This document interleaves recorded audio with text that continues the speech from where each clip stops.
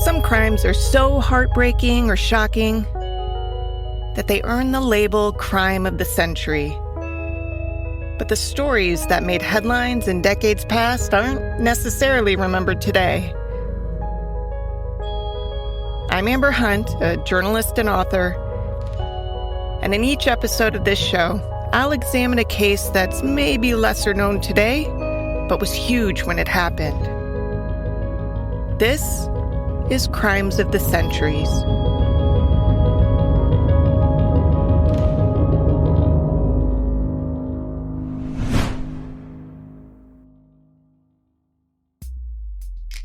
The New Jersey Parole Board was looking at a model prisoner. Richard Biegenwald was no longer the 18-year-old punk who'd gunned down a shopkeeper in what looked to be a botched robbery. He was 35 now and had behaved well behind bars. And really, when you look at the troubled childhood he had, was it any wonder he had taken some missteps? From very early on, he showed some personality disorder issues. That's John E. O'Rourke, a New Jersey state trooper turned true crime historian. He had a fascination with death. He tried to set his house on fire, tried to set himself on fire. He started experimenting with killing animals very early on. And some of the supposed treatment he endured is unimaginable. They did electric shock treatment. At age 9, even the woman married to Biegenwald's victim wanted him to someday get a second chance. And so he did. In 1975, convicted killer Richard Biegenwald was released from prison, having served 17 years of what could have been a life sentence. He was free to start his life anew, to make something of himself and become a valuable member of society. Instead, he became a serial killer whose total body count we may never know.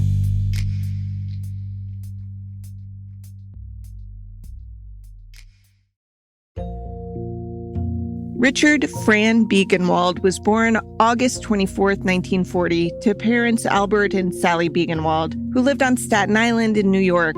Albert wasn't an ideal father, to say the least. He had been in a train accident when he was 11 that led to the amputation of his right leg. But that wasn't the problem. The problem was that he was a drunk, and a mean one at that. According to court records, he had absolutely no interest in the family. He would explode in outbursts of what his wife called rage attacks. According to the Asbury Park Press, he left his wife and child at least 15 times, usually returning within a day or two.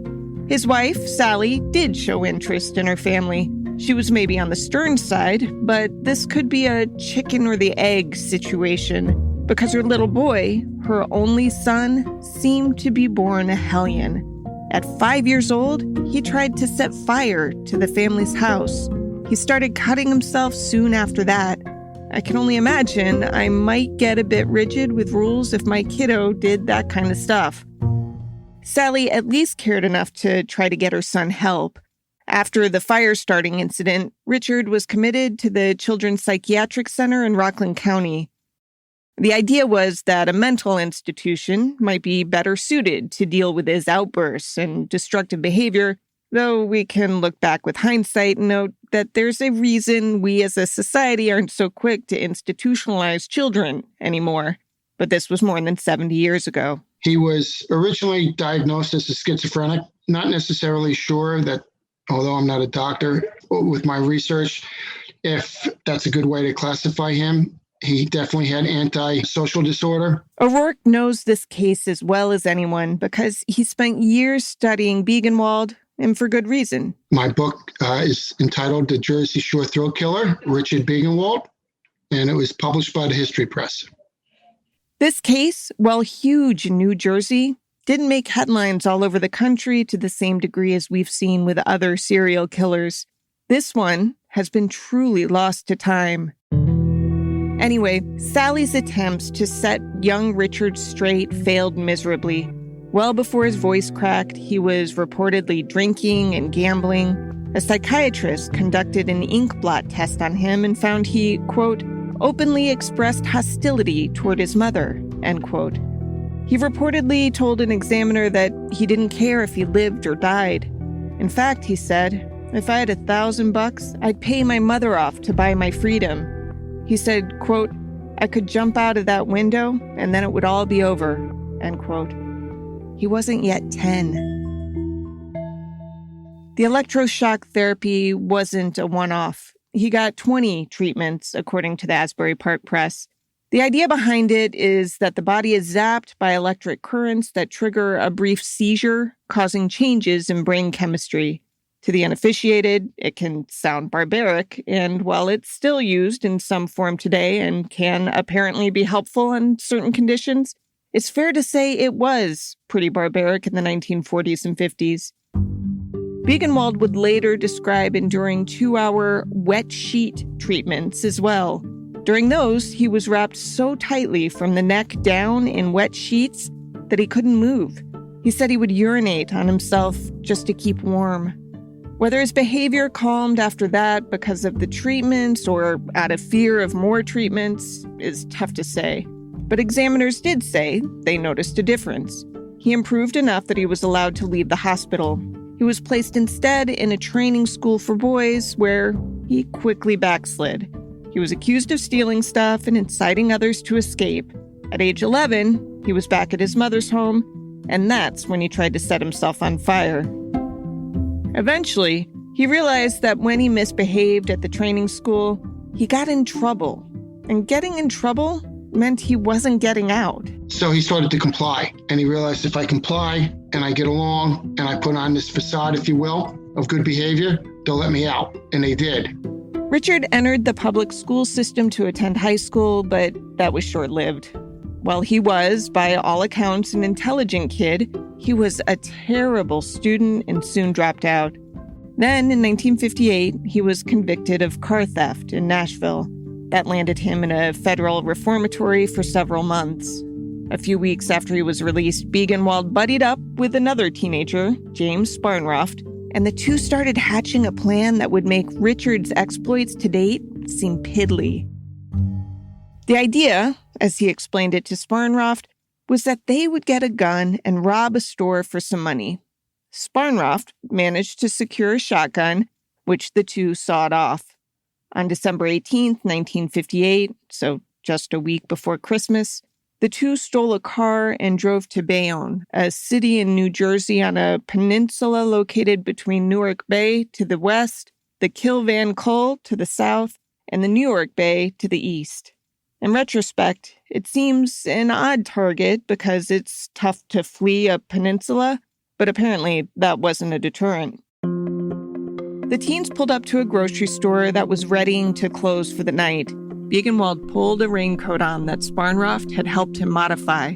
Raincoat, they cut a slice in the pocket of raincoat so they can get a sawed-off shotgun in there. So they were preparing for something. The store owner was a 47-year-old father of four named Steven Sladowski.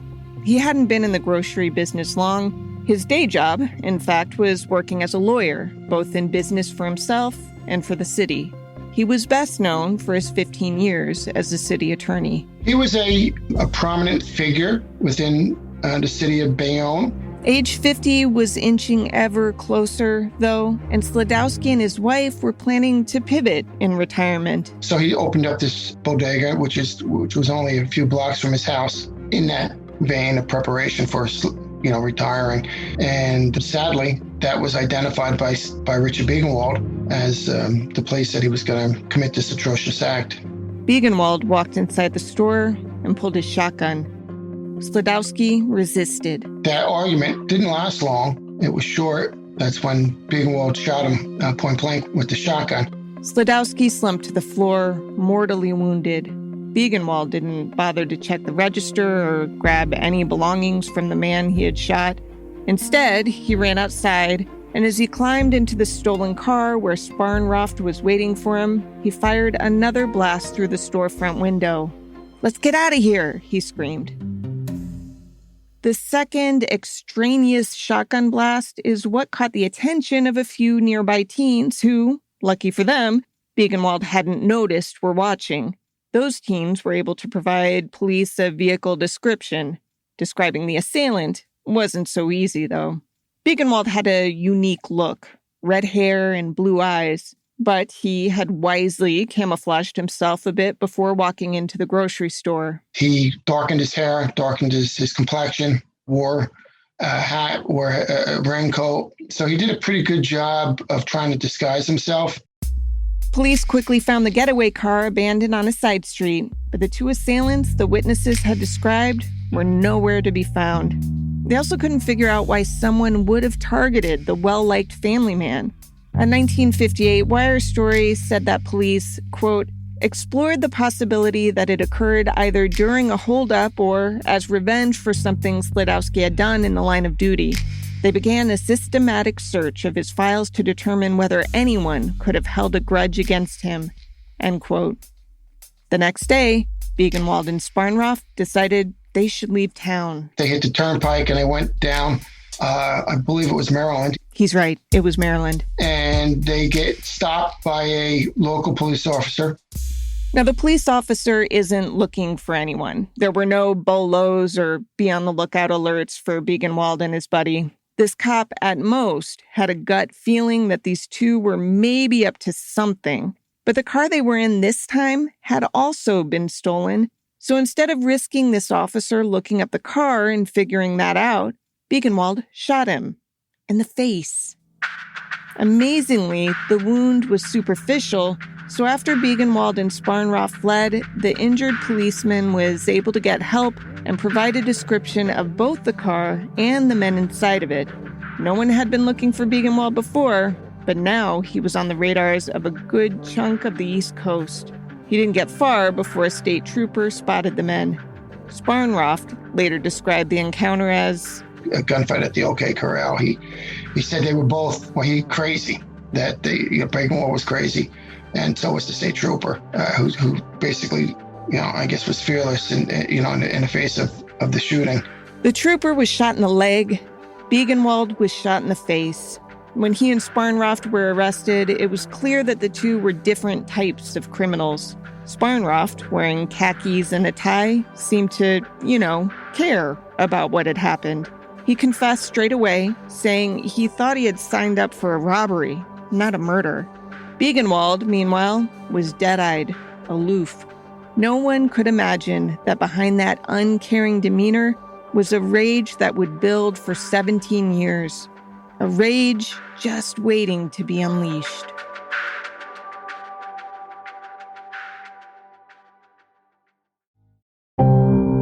The newspapers paid no attention when Richard Biegenwald was released from prison for the murder of Stephen Slidowski. In fact, Biegenwald wasn't mentioned at all for 20 years after that trial, nor was the late lawyer. When Slidowski's name did appear in newspapers, it was always in reference to something one of his family members had going on, like when his son, Robert Slidowski, got engaged in 1972, and when he tied the knot the next year. So you might be wondering, once released from prison, does a guy like Biegenwald keep his nose clean for a while? No, he does not. In 1977, he picked up a hitchhiker, a young woman with dark hair and eyes, and accosted her. Luckily, her spidey senses had already been tingling, so she'd been poised to bolt by the time he attacked, which helped her escape, rattled, but physically okay. Before that, Biegenwald had once again not been a wanted man, but the woman he attacked got a good look at him. Given the authorities a really good physical description of Richard Biegenwald. As a result of that, he becomes wanted, and he gets arrested in New York City. The charge he faced was attempted rape, though in hindsight, it's fair to assume that whatever move he had made to accost this woman wasn't to rape her. It was probably to kill her. There's never really been a tie of a sexual assault to any victims of his killings, although I definitely think there's a sexual component to it. More on that later. As the case got underway, something strange happened. There was a lawyer well known in New Jersey for representing known mobsters. His name was Louis Diamond. Lou Diamond got a call from an unnamed mob boss asking him to represent Biegenwald, saying that the guy was trustworthy. So Diamond met with Biegenwald in jail, and the two got acquainted. Diamond found Biegenwald to be incredibly smart, especially for a high school dropout who had spent most of his life in some kind of custody. They discussed that police planned to have him stand in a lineup the next morning to see if his alleged victim would identify him as her assailant. After their get-to-know-you meeting, Diamond stood up to leave, and just as the cell door was closing, he made a comment. He says, "That's a very interesting hair color you have." This was no innocent comment. It was a thinly veiled directive. Biegenwald got the hint and, that night, shaved his head of his distinctive red hair. He was not picked out of the lineup. Though Biegenwald escaped charges in that case, he got himself into enough trouble 3 years later that he was sent back to prison for violating his parole. After his release in 1981, he started working odd jobs and hooked up with a self-described hitman named Darren Fitzgerald, who ultimately would play a supporting role in his crimes. Around this time, Biegenwald also got married to a young woman about 20 years old named Diane. If that marriage was meant to have a grounding effect, it didn't. In fact, Diane worked at a hospital from which she stole drugs to share with her husband. Soon, Biegenwald and his wife recruited a third woman named Teresa Smith to live with them. Teresa and Biegenwald had a sexual relationship, and as she later told police, he started grooming her to become a killer, just like he was. Here's Teresa talking with a lawyer about her drug use while she lived with Biegenwald in 1982. How often were you using drugs then? Every day? Yes. And what drugs were you using every day? I was using speed then. Speed? Yeah. Biegenwald and his hitman friend Fitzgerald provided the drugs, which helped Biegenwald keep the women in his life pliable. It also probably helped keep them in line that he had a shit ton of guns. I think you mentioned a machine gun, right? Mm-hmm. Yes. You fired that too, didn't you? Yes. Where'd you fire that? In New Jersey. And that was Fitzgerald's weapon, right? Yes. But he let you fire it, right? It was Richard's idea. But Fitzgerald let you fire his weapon, is that correct? Yes. Now, to outsiders paying attention, Biegenwald's life at this point might have looked kinky, but not necessarily criminal. He lived with his wife and girlfriend in a house that had been divided into apartments. His buddy Fitzgerald lived in the same house, but in a separate unit. Teresa had gotten an intimate look at everything, and so she knew that things were even weirder than they might have seemed on the surface.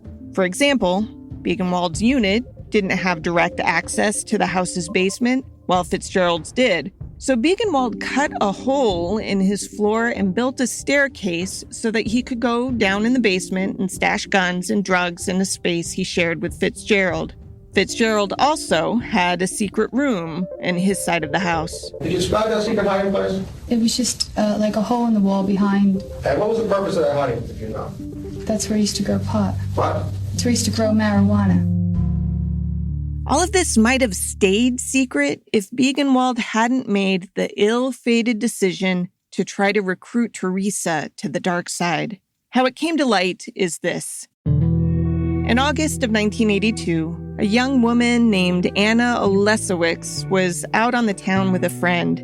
Both women were 18, and it was a last hurrah as the summer ended and college classes were set to begin.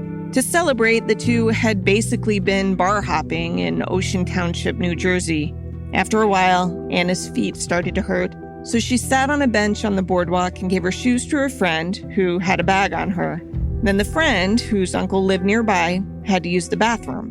She didn't want to use a public restroom, so she decided to walk to her uncle's house and use it there. If that sounds a little sketchy, police thought so too. But it turned out that this friend was actually bulimic and hiding it, which was her real reason for wanting a private restroom.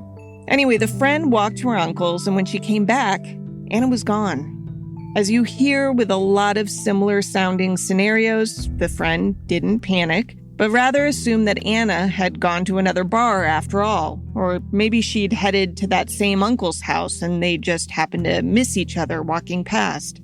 When Anna still didn't turn up the next morning, the friend got scared and alerted police. Now, Anna's story is especially heartbreaking because of her father.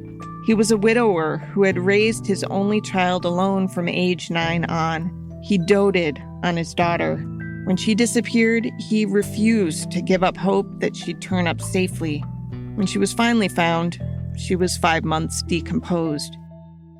No one had any reason to tie Biegenwald to the case. No one, that is, except Teresa Smith. Turned out, the night that Anna disappeared, Biegenwald had dispatched his protege, Teresa, to kill a coworker of hers named Betsy. Teresa and Betsy hung out that night, with Teresa planning the whole time to kill her friend. She couldn't muster it's not courage, it's evil. So she couldn't muster the evil to kill someone, so she went back home. Biegenwald was furious that she had failed her mission. He stormed out of the apartment. When he came back, he wasn't alone. Sometime that evening when you got up and went to the kitchen, you looked outside and saw the valley, right? Yes. Your car. Yes. I can't quite make out the type of car he's saying here, but the gist is Teresa had gone to bed, then woke up in the middle of the night and spotted Biegenwald in her car with the passenger. And you looked in the car and you saw somebody there, but you couldn't determine the sex, whether it was a male or female, right? Yes. Person was alive, though, right? I imagine. It was moving, right? Person was in It the was car. just sitting up. Teresa didn't think much of this and went back to bed. Soon, Biegenwald was in her room telling her he had something he wanted her to do. But Teresa was too strung out on pills to get up and to do it.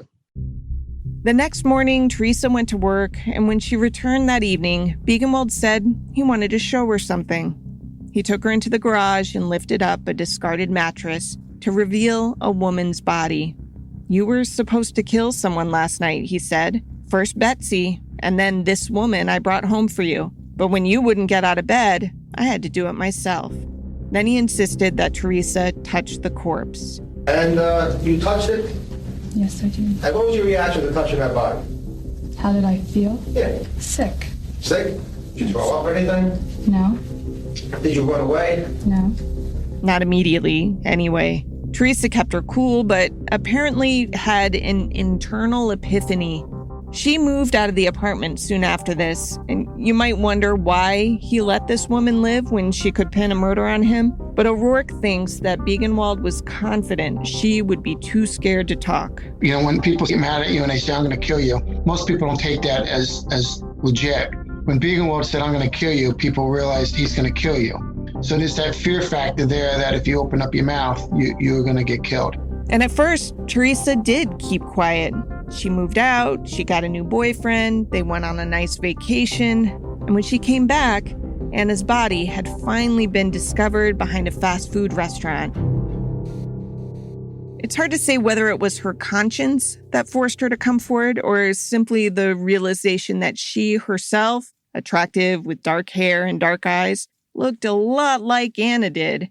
And in fact, several women similar in appearance had recently disappeared from the area too. And being finally at least disconnected from the extent of drug use that she was doing, she had more of a clarity of thought, and she could realize, you know what, I look just like those people. Maybe that was his intention, so maybe that still could be his intention. Teresa first told her new boyfriend what she had seen. He later testified that the two had been at a pizza parlor when she told him that her former lover had shown her a murdered body. He said he didn't know how to respond. What do you say? I didn't say hardly anything. I mean, it's not like a normal conversation. I didn't eat anything. You believe it? It was very hard to believe. And he didn't believe her at first, but then she kept talking about it. Almost constantly after that. After a few weeks, he came to believe the story, and he'd eventually encouraged Teresa to go to the police, though not immediately. He was asked why he didn't alert police right away about what he had learned. It's a difficult situation. I've seen, whether it's in movies or in newspapers, so many times when the police are told, and knowing me not believing it, I thought, well, if they don't believe it right away, we're in trouble. Or if they just questioned him and that was it. Once Teresa stepped forward, police did take her seriously. She described Anna's appearance and the clothes she'd been wearing and the gunshots visible in her head. All of that gave police probable cause to search the house in which Biegenwald and Fitzgerald lived. Biegenwald was arrested pretty quickly, but his buddy Fitzgerald holed up in that hiding spot in the wall He stayed there for more than an hour, but once he realized police weren't leaving until he came out, he surrendered. And then he flipped, giving police everything they needed to know about Anna Oleszewicz and more. It turned out Darren Fitzgerald wasn't some random guy Biegenwald happened to befriend after prison. He had once been a cellmate of Biegenwald's, according to a 1983 story in Newsday. Fitzgerald had been in and out of prison all of his adult life. The first mention in any newspaper I found of him was in 1955 in California, when he was arrested at age 20 for stealing a car. In 1966, he was accused of robbing a business and then robbing and kidnapping a police sergeant, a 16-year-old kid, and a 63-year-old man in Camden. Fitzgerald eventually pleaded guilty to the charges. Sometime during that prison stint, he crossed paths with Biegenwald, and the men later reunited on the outside. They quickly became partners in crime. What all they did together remains a mystery. O'Rourke is convinced it had something to do with organized crime, which is supported by the fact that the defense lawyer Lou Diamond told O'Rourke he had gotten a call from a mob boss to defend Biegenwald on that 1977 attempted rape charge. And I find that interesting, because at that point, Biegenwald had only been out of prison for 2 years and yet had enough of a reputation with the mob to be considered a trustworthy guy. It made me wonder if Biegenwald hadn't picked his first victim, Stephen Slidowski, the assistant city attorney, at random after all. Maybe he'd been assigned him. Maybe it had been a hit. I floated this idea to O'Rourke. I agree with you. Those connections seem to be a little deep-rooted. So I do think that he had some connections. He was only 18, so it was early on. But whatever connections he had, he certainly didn't burn any bridges. Maybe that was a hit for someone else. Fitzgerald, who, again, was a self-described hitman, seemed to have his own criminal enterprise dealings, sometimes alongside Biegenwald, but not always. Anna's murder was one Biegenwald did solo because, every so often, he would get moody and unpredictable. Teresa likened it to PMS, although maybe it's more like his father's rage attacks. Either way, during these spells, Teresa said, he'd always disappear. He'd be gone for a night or two, sometimes a little longer, and when he came back, he'd seem calmer. Killing someone at random was apparently the remedy for whatever ailed him. That's where I kind of suspect that there was some type of a sexual satisfaction he got from that. It was like almost him, if you will, forgive the vulgarity here, but him getting off. As you can tell, this urge to kill didn't come just the one time to be satiated by the death of Anna Oleszewicz. There were others that investigators had no idea might be linked to each other until Biegenwald's associates started talking. No one considers this a complete list of his victims, but these are the ones we know about. In June of 1978, a 57-year-old convict turned police informant named John Petrone met up with Biegenwald to go target practice shooting at tin cans at an abandoned airport in Flemington, New Jersey. Monmouth County Prosecutor Alexander Lair told the New York Times in 1983 that Petrone at one point went and reset the cans for another round of shooting. When he came back, Biegenwald put a gun to his head. Petrone thought he was kidding. Then Biegenwald pulled the trigger. After firing several bullets into Petrone's head, he stuffed the man's body in a surplus police car he had bought at an auction and drove it to a desolate spot where he buried it. The informant, who isn't ID'd in the story but is almost certainly Fitzgerald, led police to the spot, and sure enough, there was a skeleton there. Though part of the jaw was missing, enough remained for authorities to compare dental records. 3 years later, Biegenwald shot and dismembered a 17-year-old girl whom he'd kidnapped on Halloween night. Maria Chiella had been walking along Route 88 when she was picked up by Biegenwald, who soon shot her multiple times in the head. Investigators found her remains buried on property in Staten Island, where Biegenwald's mother still lived at the time. They found another body there, too. 18-year-old Deborah Osborne disappeared in April 1982. We're comfortable she's one of Biegenwald's victims because she was buried on top of Maria in the same hole. She had been stabbed to death. Anna's death came next on August 28, 1982, just a few days after Biegenwald turned 42. Because her case was the first one tied to Biegenwald, it got the most media attention. Good evening. I'm Bob Hartman for TV 34 News Brief. The Richard Biegenwald murder trial continued today in Freehold, New Jersey. Biegenwald is accused of murdering Anna Olesowitz of Camden, New Jersey, back in August of 1982. It's clear Biegenwald was feeling pretty untouchable by the time he killed Anna. He took a black and gold ring from her hand and gave it to Teresa as a gift. Teresa, in turn, gave it to Diane, Biegenwald's wife, who still had it in her jewelry box when the cops searched. It was like Biegenwald was daring cops to nail him. He had told Fitzgerald about the murder, too. He told me that he had a problem. Turned out the body of Miss Olesowitz was in the garage. Did you view the body? Yes, I did. This is Fitzgerald testifying at trial. I observed the body of what appeared to be a female. It's lying down on the right side of the garage on a piece of rug. I would say it appeared to be a young female, approximately 100, maybe 120 pounds, something like that. I couldn't really make it out because she was covered to almost the waist area with a plastic bag. Fitzgerald didn't ask what had happened. Concerned more about the state of his garage than the dead woman inside of it, he agreed he would later help dispose of the body. Then he ate breakfast and went back to bed. If you're curious what Biegenwald's defense was in this trial, Lou Diamond, his lawyer, tried to pin the murder on Fitzgerald. It didn't work. Well, with anyone but maybe Biegenwald's mom, Sally. Soon after her son's arrest, she told reporters that she didn't know if her son was guilty, but whatever anger she felt was directed toward Fitzgerald. Quote, "I feel very bad toward him," she said. "He had Thanksgiving dinner here and Christmas dinner." She noted that her daughter-in-law, Diane, was 4 months pregnant at the time of his arrest. She said, quote, "Under the circumstances, I'm not excited like a grandmother should be," end quote. Diane Biegenwald gave birth to a baby girl in August 1983. But back to the victims. After Anna, a 17-year-old named Virginia Clayton disappeared. Unlike the others, she wasn't missing for long.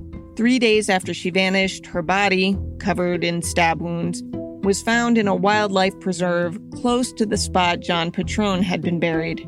Clayton is usually included in lists of Biegenwald's victims, though in truth, this is the most tentative on the list.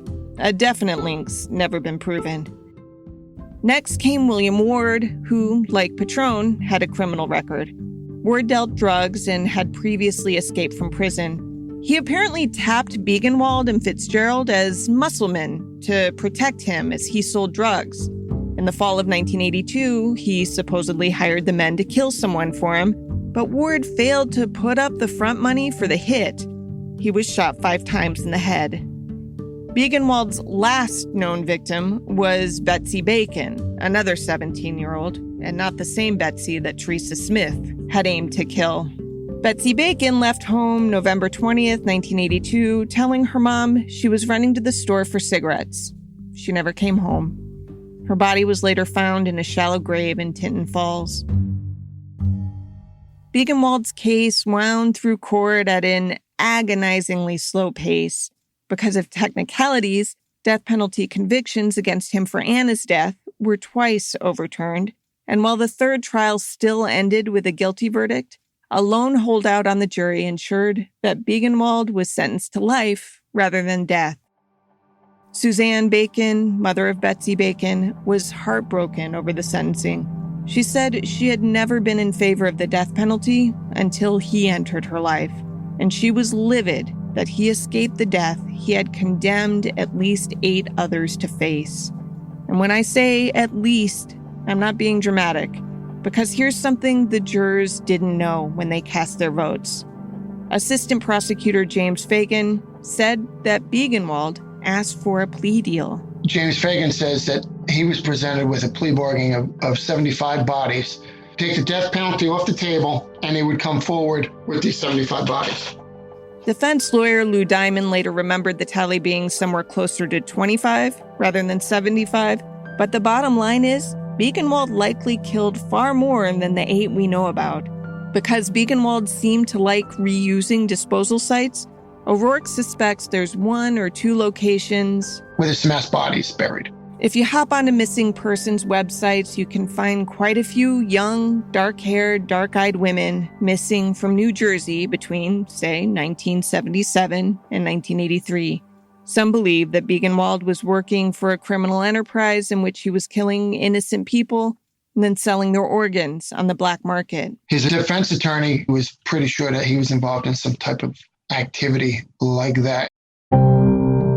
Returning to prison was something of a homecoming for Richard Biegenwald. After all, he had spent much of his life in some form of confinement. It's the only place where he seemed capable of controlling his homicidal urges. The so-called Jersey Shore thrill killer lived his remaining 25 years behind bars, dying in 2008 of respiratory and kidney failure. Decades earlier, some mob boss had supposedly told Biegenwald's lawyer that the guy would never talk, that he'd take his secrets to the grave. And that's apparently exactly what he did.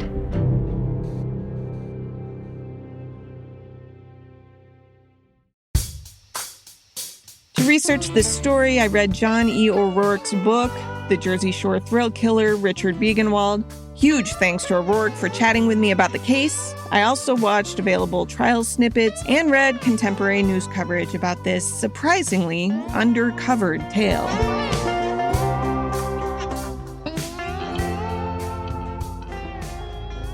Crimes of the Centuries is a production of the Obsessed Network. To learn more about its shows, go to obsessednetwork.com. This case was researched by me, Amber Hunt, and produced by Garrett Tiedemann. Original music is by Bruce Hunt and Andrew Higley. Other music comes from Blue Dot Sessions. If you like us, help us out by rating and reviewing us on Apple Podcasts. For more information or to recommend a case, go to centuriespod.com. On Instagram and Twitter, we're at CenturiesPod. And check out the Crimes of the Centuries podcast Facebook page.